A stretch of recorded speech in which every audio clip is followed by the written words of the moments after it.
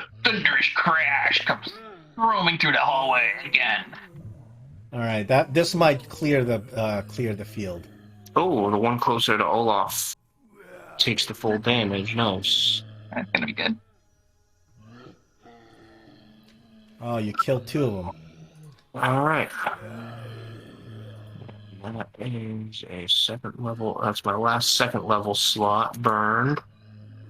Cool. And then that's my turn. All right, Khalil is up. He is going to go and attack that last ghoul. He attacks at disadvantage because it's very difficult to wield his metal weapon. But he hits anyway. His poison does nothing on the ghoul. But he manages to clean up this battle. All right, go Khalil. He screams out, "Oh, this place is evil."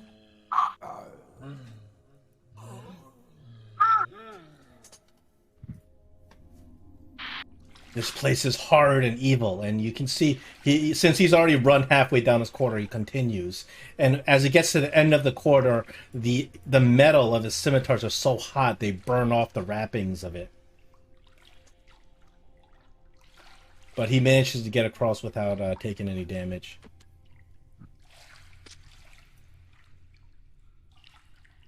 A little sad that Pepper vanished away. Olaf is just starting to think, okay, I can bring him back. It's no big deal. He does. Yeah, he doesn't actually die. These Yeah, familiars, yeah. they just like poof, Yeah. once they take the damage. I'm going to move back out of the magnetized corridor, and I'm wondering if I'm shouting down the corridor to those guys because we got to get our equipment down there. If Olaf could use the carpet to fly down here and get the all of our stuff, and I could get on the carpet with him, we could hold everything in the middle. Unfortunately, you can't use the carpet in this dungeon because the corridor is too narrow. Okay, here is a question.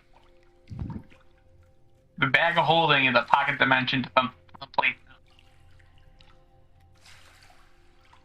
If I have all the metal objects in the bag of holding, is it gonna be? It shouldn't be pulled off. Yeah, It's in a different plane. yeah, exactly. There's no specification for the rule here. They don't specify whether or not a bag of holding will get the objects out of the magnetic field, but it makes sense to me, so I think that's fine. So Olaf will come back over here where he shoved everything into the bag of holding. Say I'll put all my stuff in the bag of holding with you, and then all my stuff that's metal anyway. And then we'll The entire time Olaf came coming down this hallway like, stupid, why? We should have just done this in the first place. And we made it. It could have turned out so much worse. oh yeah, Yep. I didn't break my paralysis and didn't get dusted. Dusted. Oh. You know, See, that's the difference because these are deadly dungeons, and I have not nerfed the dungeons at all, but I've given the adventure ample magical items. That's what tilts it to your favor, where you can survive these dungeons. Like these are considered these adventures are considered super deadly dungeons, and then things like that are why. This one's more better designed than Tomokan. Tomokan was just like, screw you. Just Oh my God. You show up, take some poison damage. Screw you guys. that was a frustrating dungeon, that's for sure. It seems like he's just going around in circles all the time. TK dungeon. So I say the party. I think we're gonna have to come back to this corridor probably again. There's got to be a way to turn these plates off. I think we gotta. Well, I was gonna say I want to Search search this room. around this room to see if there's any switches, plates. Unfortunately, the room has nothing. So you go into that room that the ghouls came out of, and there's really nothing. It's just an empty room that was housing these undead. It appeared that there was something that the minute these plates get activated, that's what woke these undead. The undead are all wearing these weird amulets with a Caraptus symbol on it. There's some faint magic coming out of those amulets. I wonder if we take the amulets and wear them ourselves, we can get through without being affected by the copper. Of course, The amulets are metal, and you bring them to the copper, and they get magnetized as well. well, the So- ghouls, but- the ghouls had them on, right? Yeah, but the ghouls they didn't care.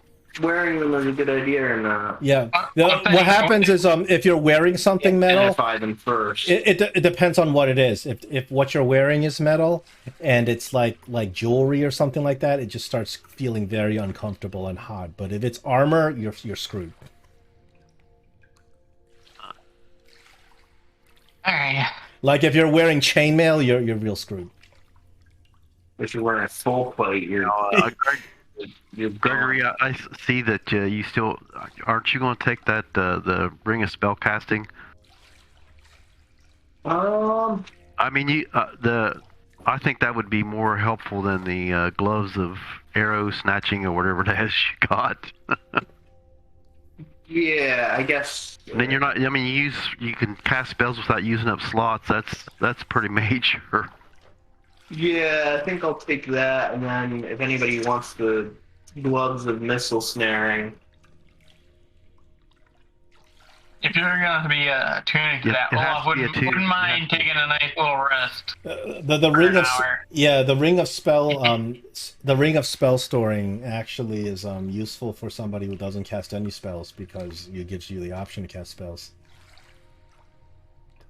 Yeah. If somebody already cast spells, then you have a massive amount. Well, of we all spells. cast spells as of right now. Yeah, but I'm talking about certain spells. Like you don't have access to like magic missile or fireball or anything. Mm-hmm. Well, I think it's getting. It's 10:34, so if I agree with Olaf that we ought to go ahead and take a rest. Okay, so you guys just kind of if you want to get out of the water, the stairs have no water on it. We can get on stairs and use his little hut in some way. I mean, I don't think we really need a long rest, but at least a short rest would be good. Okay. Well, short rests don't do anything for me, but that's fine. Oh. Can I put the mirror around this corner to see if I see anything? It's a very small corner.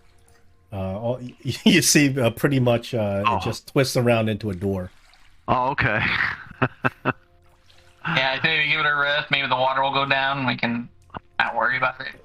Okay, would everybody commit to a short rest? Yes. I can use my Okay, recovery. so we take a short rest. After an hour, the water completely drains. See, I took the water effect off. Isn't that awesome? Yeah, that was pretty awesome. Okay. Okay, well, Short rest and I'm going to cast, because does everybody still have the pass without trace? Because it only lasts an hour, so I'll cast it again, but I don't think I have to. Does everybody still have that on? meantime, I'm gonna Pass without trace, it's on me. put my studded letter back on. Pass without trace. Yeah. Khalil rolls a hit dice. What's his constitution? +2. Yeah, I'm gonna roll.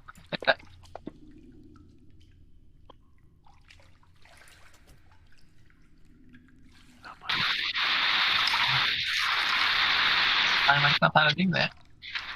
You don't take too many short lessons.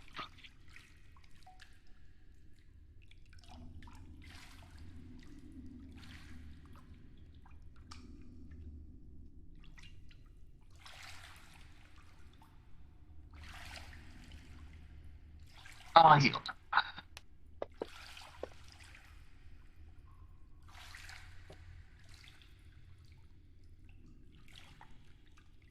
All right, everybody's refreshed.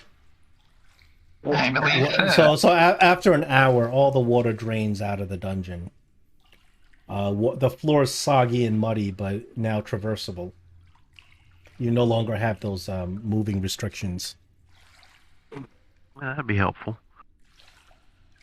You know, I want to listen at this door and see if I can hear anything on the other side of it. You hear nothing. The door has one of those pull ring handles, and it opens outward. There's no discernible lock on it. You don't see anything that looks like a trap on the door. I was looking to see for traps Yeah. too. Oh, there's no lock on it. It says locked, but No, that's just that's the map thing, so you don't see stuff. oh, I see. That you don't, you know. So I have to open it up. Okay, so what? I mean, if it's okay with everybody else, I'd like to kind of crack the door open and stick my mirror in there to see if I could see what's in there. Well, that's a good, not a bad idea. we'll again just casually on his spoon ready for action in case. You crack the door open, and it opens up to a long room. It appears that there's something strange going on in this room. The room has a strange chill in it. And as you look into the room, you can notice that directly in front of you, there's a kind of a ledge where you can stand on. But then there's a pit right next to it. A pit full of razor-sharp spikes.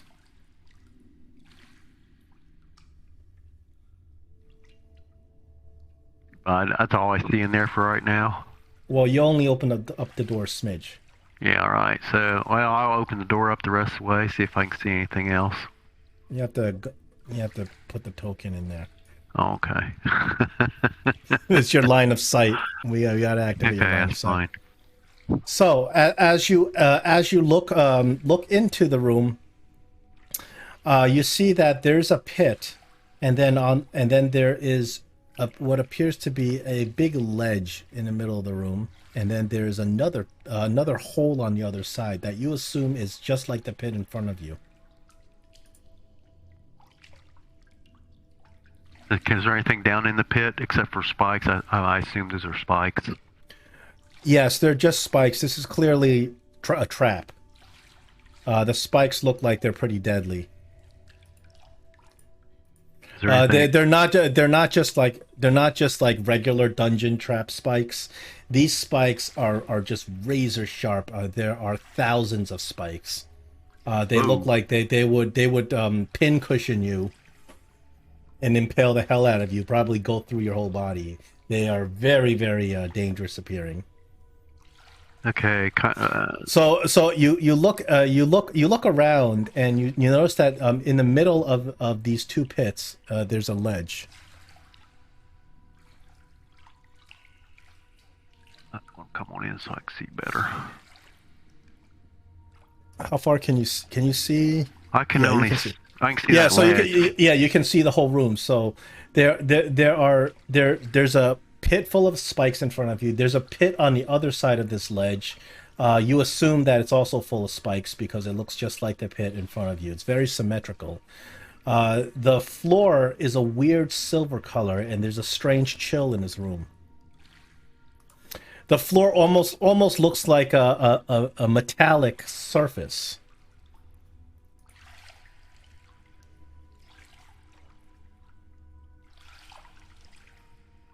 One of you guys Not just the floors, but it's the floors, the walls, and the ceiling. are all metallic looking. Yeah, all metallic looking. Is there any like ledges or cracks or anything that would maybe indicate that maybe the floor would slide?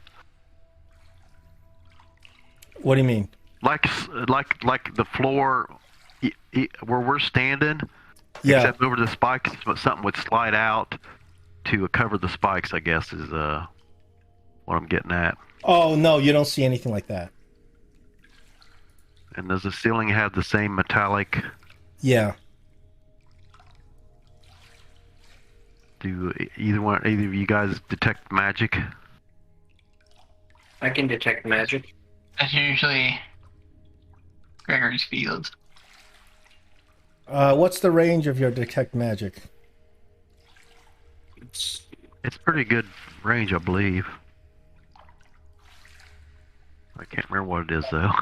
I don't have it prepared, but I can ritual cast it, which would take 10 minutes of in-game time.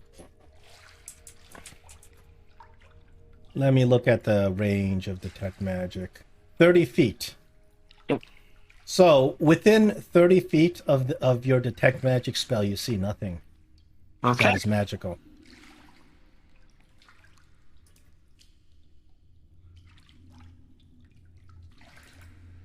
All right. Well, there's no magic here, or at least not within 30 feet. So this room seems to be a dead end. On the other side is a wall. Now the wall on the other side is not metallic, just like the wall behind you. It's stone. But these two this area over here, the area that I marked off with this ledge in the middle is metallic. The walls and the ceilings around it are metallic. Gregor, would you know anything about the metallic part of this floor, and does it look like anything that you've seen before? Actually, is it? You look at this silvery surface. Let's see what kind of check would be most appropriate.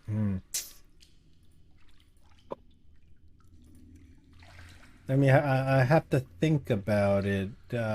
It would be somewhere along the lines of a nature check. Nature? Yeah. All right, nature it is. Hey, is this room wide enough to use the carpet? I don't think we're using the carpet inside the dungeon. Too big to open up. Well, this is a pretty big room. You can't open it up where you guys are standing. You could open it up in the middle on this ledge here, but where are you gonna fly to?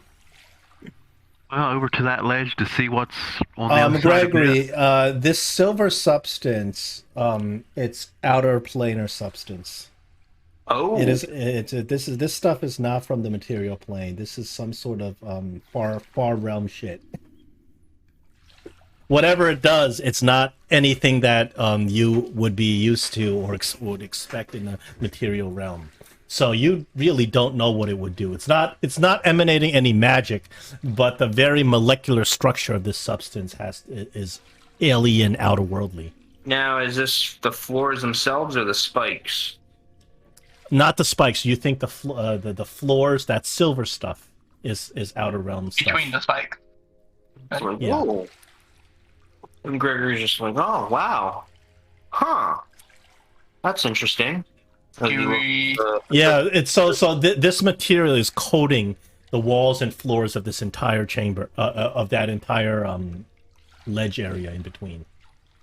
So he's used materials from the outer planes to coat these walls and floors. Interesting. But to what end? That is a good question that I don't know the answer to, and I'm not sure if I want to know the answer to it. Do we do the old rack test, guys? Well, I mean, that's standard procedure, I guess. What are you going to try to do? I'm sorry. The standard rack test. Take a rock and throw it at it. See if Do anything happens. you want to throw a rock at onto the ledge? Yeah, into the silver stuff. See what happens. So you go back to the other room, you pick up one of the rocks on the floor, and you just toss it onto the silver stuff. After you toss it, the rock lands, kind of rolls around on the silver stuff, and starts to slide. And it slides, and it slides, and it never stops sliding. It slides in an unnatural fashion, like it gains momentum as it begins sliding. And then it falls into this pit over here. Oh. So you kind of realize what's going to happen when you jump on this. That's not good because That silver is on the wall. Like and the ceiling? normally when you slide something, friction stops it after a while. This surface, when you slide something on it, it actually gains momentum. this silvery outer plane material is Yeah. it basically eliminates friction. It actually accelerates momentum. Okay. I don't have to explain with science because it's D&D stuff. I don't think I can explain it with science. I really can't. Eliminate friction, it also accelerates momentum, but it goes toward the pit, which is also bad. So if we were on the other side of that pit, we would probably be dead. So wait, is there like a door on the other side? Or something On the like other that? side, there's a wall. The other side ends in a wall, just like the wall behind you. So do we see a pit or anything like that anywhere? I mean, like, is there any advantage going anywhere in this room, guys? There's a pit here and there's a pit here. You can't see the bottom of the pit here, but it looks identical to the pit here. So you can't see the bottom of the pit here, but you assume it's the same thing because it looks identical to the pit here. This room is basically a trap. Then that's how he had it. So Set. that's a ledge. Is that a ledge where you had the arrow at? That's between the two pits, or There's no ledge. This is just a flat wall, and the wall's pretty smooth. There's nothing to even grab onto. Well, this room is a dead end. Well, at Literally least it a appears. dead end. It's a death trap dead end. It's most definitely a trap. There's no question about it. If you look at a floor pit full of spikes.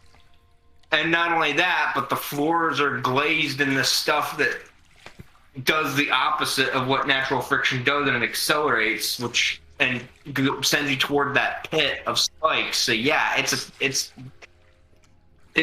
a well-crafted death trap. So I want to look like on this wall where I'm standing, on these walls and in there, see if I could see any like secret doors or anything of that nature. You take a thorough check and you don't see any secret levers or doors.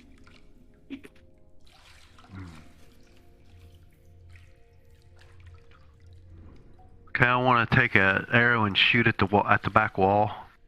You may get inspiration. Because you shoot the arrow at the back wall, the arrow goes right through the back wall. Okay. You see, whoever designed this dungeon knew you were going to use detect magic, so you put the illusion more than 30 feet away. Detect magic was the same range in AD&D. So you realize that the wall on the other side is an illusionary wall. And you're breaking up, John. Oh, you realize that the wall on the other side is an illusionary wall. Am I still breaking up? Yeah, it's an illusion, right? An illusion. Okay. Right. Since I'm breaking up, let me leave Discord and come back. Should we dispel the illusion and try to see what's on the other side of that, and then go from there? Because I mean, in order to go.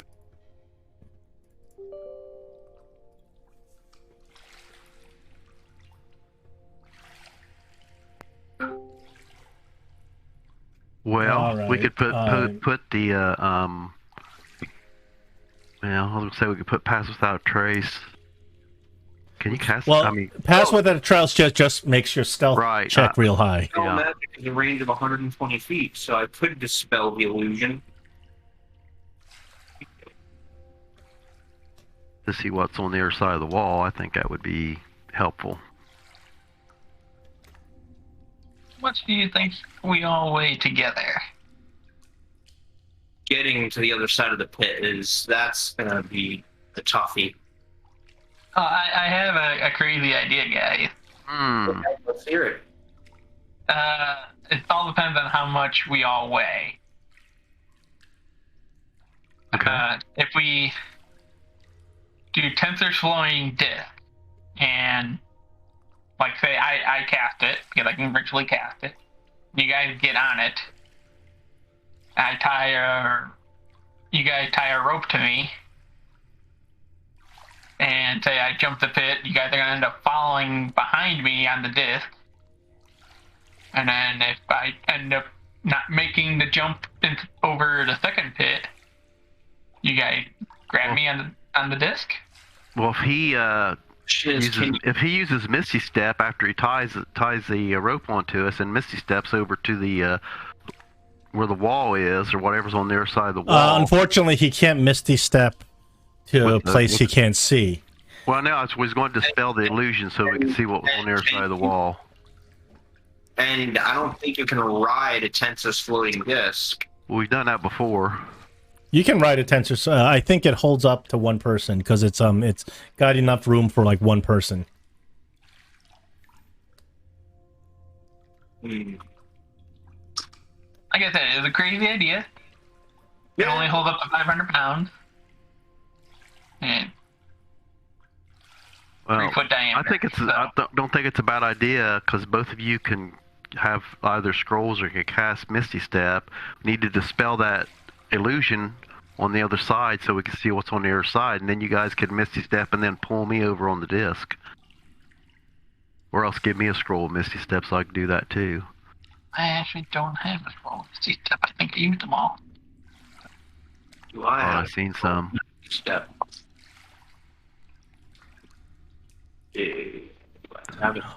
Unfortunately, I don't think you can use a scroll of it has to be in someone's spell list to use their scroll. Oh, so I can't. Well, I think it is in a ranger's spell list, isn't it? If it's available to you, then you can use it as a scroll. Like for instance, if you found a scroll of like guiding bolt or something, you can't use it. But if Misty Step's in your spell list, then you can use it. I know 5th edition has so much overlap that pretty much every class can cast every spell if you take the right subclass.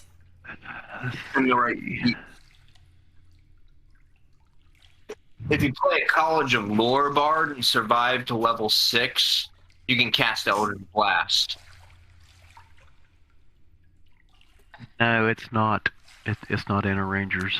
Yeah, but an Eldritch Blast without the invocations is not that. Yeah. It's not as good because you without the agonizing invocation on the Eldritch on a flat regular Eldritch Blast, it's a 1d10, so you can do 1 damage, and you can't do any of the cool stuff like 500-foot sniper or all that cool stuff you can do with Eldritch Blast. Unless you can take the Eldritch Adept feat, which is in Tasha's Cauldron, which that's.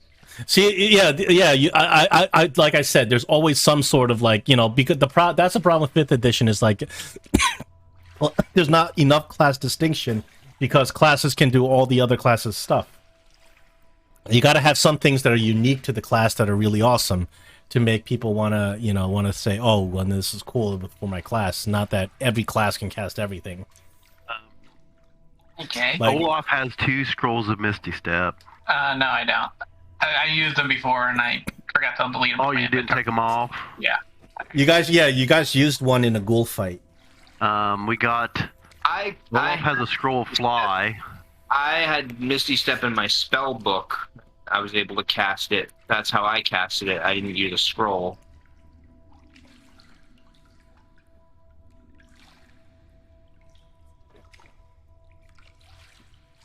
Well, I'm still saying. The other idea is we just tie a rope to someone and see if they jump, slide, and jump, and it things like Harry, we pull them back. Well, you can't jump that far. What? It's like the pit is only 5 feet. 50 feet, huh? The pit is only 5 feet. Yeah, you won't have any problem. You have to jump only the spike pit, and then you slide on the silver sheen. And then you jump. So that's the spikes is the only that little area right there in front of us. And in the back, yeah. And then all that middle is the silver stuff. Yeah. Well, like I said, you have a scroll of Fly, so you can fly across. Oh. Gregory could cast Misty Step, and you guys could pull me over with the. I don't want to get on that stuff. How are you supposed to get off of it? Yeah, I don't know if getting on that stuff is a good idea. I totally forgot about the eagle whistle. What does the eagle whistle do? You still have that? I thought you sold it. No, we had 2 of them. Yeah, It two of them, turn- I held on to When mine. we went together. It turns you into Jigglypuff. What good does that do? you just well no you just you fly when you blow it. Okay. Well, But you then- have to keep blowing it to fly. Mm-hmm. Equal to 5 times your Constitution modifier, or until you talk. Well, how about we go ahead and just dispel the illusion so we can see what's on the other side of the illusory wall first. Alright, if you can do that, Gregory, that'd be... Yeah, I can do that. Yeah, Okay. I was being confused. I thought that whole area in the middle was full of spikes, but it's just All right. got the metal So on it. Gregory, are you looking to dispel this? Sure. Okay, so you dispel. I have to rearrange the map and everything. Hold on. There we go. And then I have to reset the map.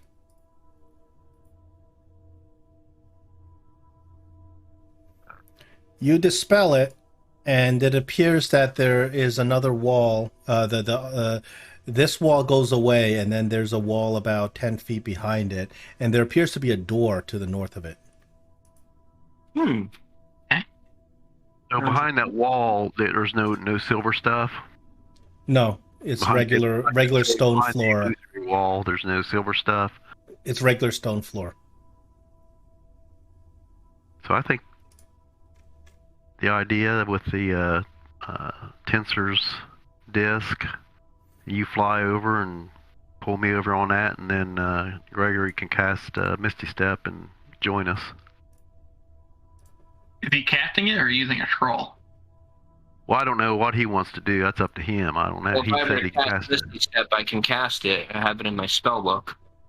Okay. No, I just want to make sure we're not, like, depleting resources. That's all. Misty Step won't get you all the way across.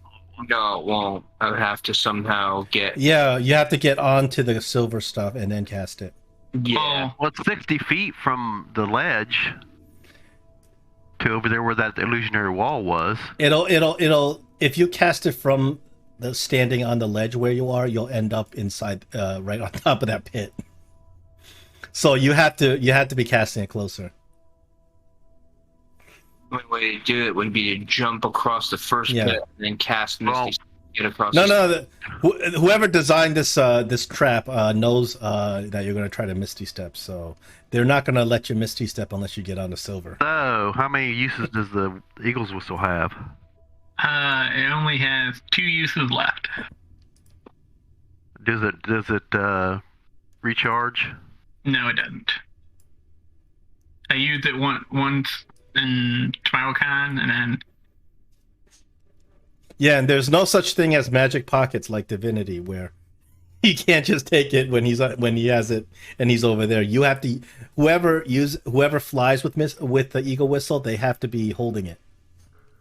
they have to be blowing into it and not holding their Yes. breath. How long? Oh, so you can't take a breath? No, you have to continuously blow, and as long as you're blowing, you're flying. Yeah.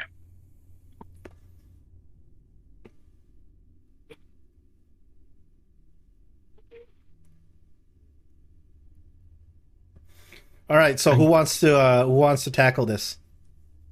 Well, I'm trying to think. Do I take one end of a rope, or we have to tie 2 ropes together?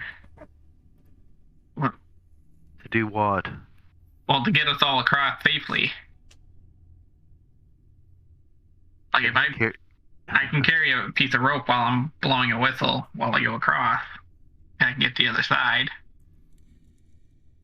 And if we tie a rope somewhere, if you guys can use that to Oh, climb over the pit and or use it to guide yourself on the silvery stuff. You know what I mean? well, you don't know if you can guide yourself on the silvery stuff. That's the thing. Well, if we tie the rope to the wall on the right, and then we tie a rope to the other end, no matter if you're sliding back and forth, if you're holding the rope, you're not sliding anywhere. I have another question. Is the floor between the 2 pits, is it like a completely flat surface, or is it? It is a completely flat and level surface. Okay, it's not sloped or anything. No. So the other method would be if you could jump across the first pit, and then that can slide you toward the second pit, and then jump across the second pit because it increases your momentum, right? That is another idea. Momentum so that you can jump across the second pit.